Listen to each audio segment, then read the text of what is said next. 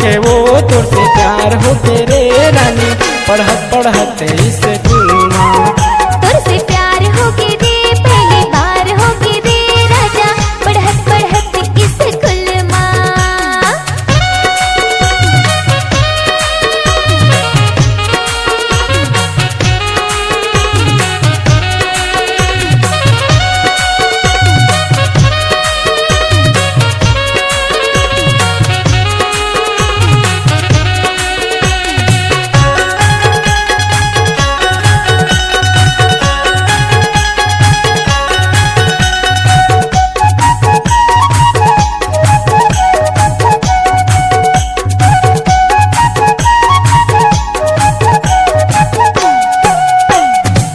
पहली पहली तोर से दोस्ती होई से वो दोस्ती ले रानी प्यार हा, एक दूसर ला जाने समझे ताहन हो गए वो नैना चार हा।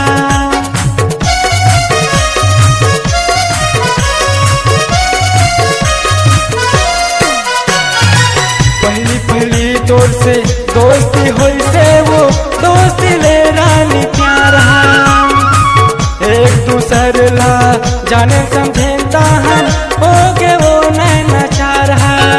कहा मोर हो गे जो मैं तोर हो गे रे रानी, पढ़त पढ़त स्कूल माँ। तोर से प्यार हो गे वो पहली बार हो गे रे रानी, पढ़त पढ़त स्कूल माँ।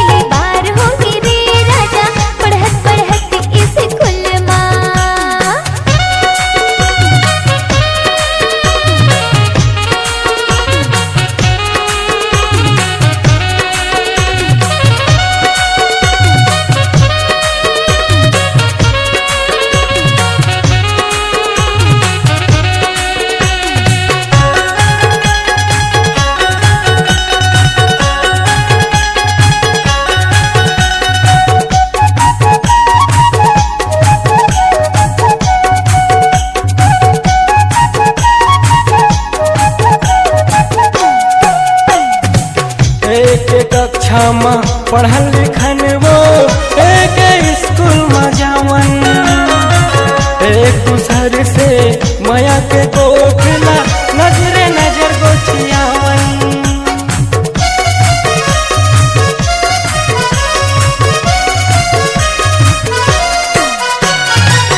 एक कक्षा में पढ़ल लिखन वो एक स्कूल में जावन, एक दूसर से माया के गोठला नजरे नजर गोठियावन।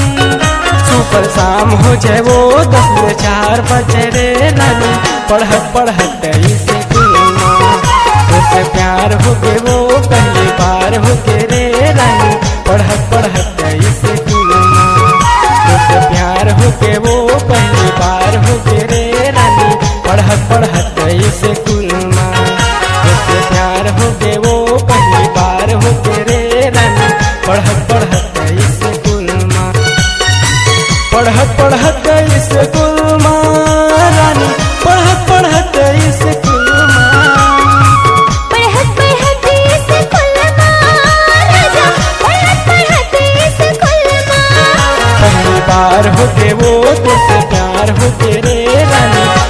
पढ़त स्कूल में।